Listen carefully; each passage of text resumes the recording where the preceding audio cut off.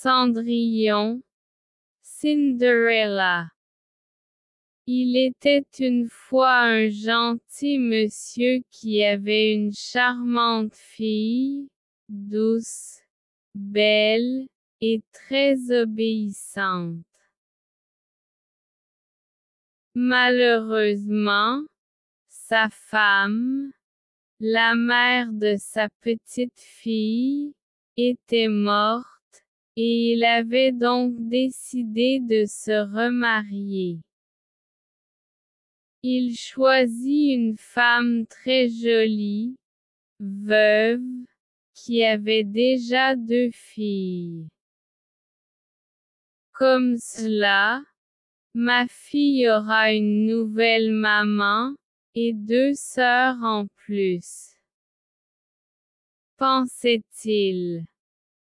Il se remaria donc, mais mourut la même année, laissant sa jeune fille à la garde de sa belle-mère.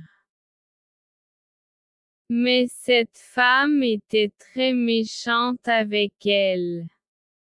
La pauvre enfant devait faire toutes les corvées de la maison.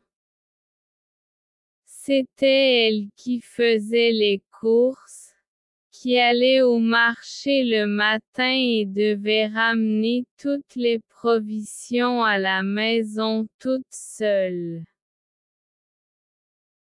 Et puis elle faisait la cuisine, faisait la vaisselle, rangeait toute la maison, nettoyait tout le linge de ses sœurs et de sa belle-mère. Elle s'occupait aussi de tous les animaux de la maison. Donnait à manger aux poules, aux chiens, aux chats et au cheval. Sa belle-mère lui avait même pris sa chambre et y avait installé une de ses filles, et notre héroïne dormait maintenant au grenier, sur un mauvais lit de paille.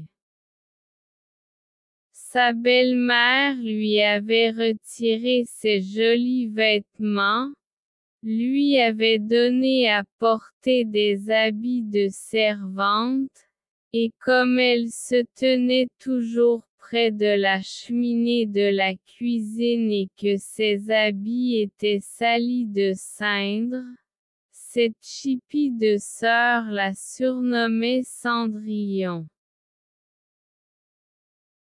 Et pourtant, malgré tout cela, Cendrillon restait toujours gentille et aimable, douce et jolie, et faisait tout son travail sans se plaindre, de bon cœur.